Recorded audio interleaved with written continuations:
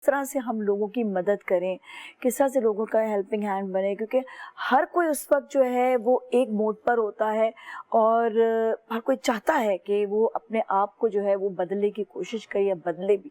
تو اس طرح سے بہت اچھی بات ہوتی ہے کہ آپ ایک دوسرے کو گائیڈ کریں. تو میں سعدیہ سے کہوں گی سعدیہ ضرور آپ گائیڈ بھی کریں, لوگوں کو بتائیں بھی کہ رمضان میں کس طرح سے لوگوں کی مدد کریں, اور دوسرا یہ کہ آپ خود جو ہے پریکٹیکلی آپ لوگ کس طرح سے رمضان میں لوگوں کی ہیلپنگ ہینڈ بنتے ہیں. آپ کے سوال میں کہ لوگوں کو گائیڈ کریں, تو دیکھیں ہر آدمی کا اپنا طریقہ ہوتا ہے, انداز ہوتا ہے مدد کرنے کا. میں یہ سمجھتی ہوں کہ لوگوں کو اصل جو مستحقین ہیں نا ان کو تلاش کر کے ان کی مدد کرنی چاہیے, جس کا حکم ہوا ہے, جس کے لیے قرآن شریف میں بتایا گیا ہے. یہ کہ کوئی بھی آیا آپ کے پاس گھر اور اس نے تھوڑا سا وہ کیا کہ جی یہ مسائل ہیں, یہ ہے وہ, یہ نہیں. مجھے لگتا ہے کہ صحیح لوگوں کو آئیڈینٹیفائی کر کے جو ہے ہمیں مدد کرنی چاہیے. زکوٰۃ ہو, خیرات ہو, صدقہ ہو, اگر صحیح لوگوں کو آئیڈینٹیفائی, ٹھیک ہے اگر 5 لوگ صحیح آئیڈینٹیفائی ہوں گے, 2-3 ہو سکتا ہے کہ اس طرح مستحق نہ ہو, لیکن چلیں ٹھیک ہے.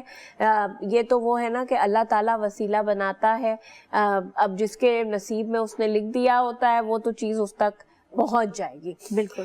باقی رمضان بہت میں تو رمضان کو عید سے زیادہ مجھے رمضان کا مہینہ جو ہے نا وہ لگتا ہے کہ اس کو میں بہت لوگوں کو دعوتوں پہ افطار میں, جو مجھے لگتا ہے کہ دسترخوان اتنا وسیع ہوتا ہے کہ 2-4 لوگوں کے آنے سے کوئی فرق نہیں پڑتا.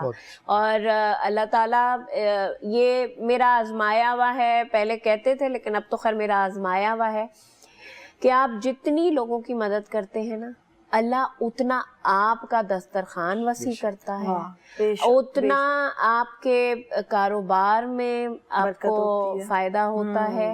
آپ کی اگر نیت اچھی ہے تو آپ کو اللہ تعالیٰ وہ اسباب جو آپ نے نہیں سوچا, کیونکہ رب کی ذات ہے, جو کچھ آج ہم ہیں وہ اس کی وجہ سے ہے. تو مجھے لگتا ہے کہ رمضان کے مہینے میں زیادہ سے زیادہ, لیکن تھوڑا سا کہ اگر ہم آئیڈینٹیفائی کریں صحیح لوگوں تک آپ کی ان کی ضرورت پوری ہو, تو مجھے لگتا ہے وہ زیادہ اور زیادہ سکون ہوتا ہے آپ کو اس چیز سے.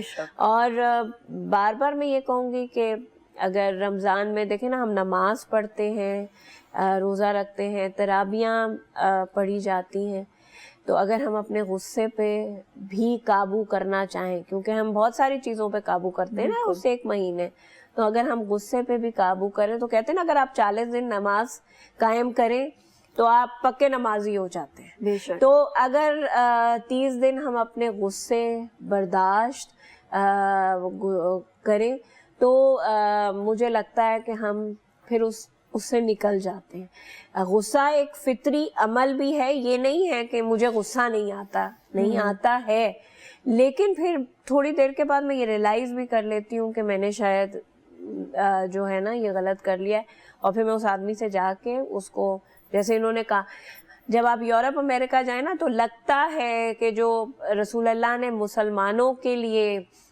زندگی کا طریقہ بنایا تھا وہ ہم تو نہیں فالو کر رہے, لیکن وہ کر رہے ہیں. صرف یہ ہے نا کہ وہ نبی پاک کو آخری پیغمبر نہیں مانتے, اللہ تعالیٰ کو اپنا خدا نہیں مانتے, قرآن شریف کو اپنی کتاب نہیں مانتے.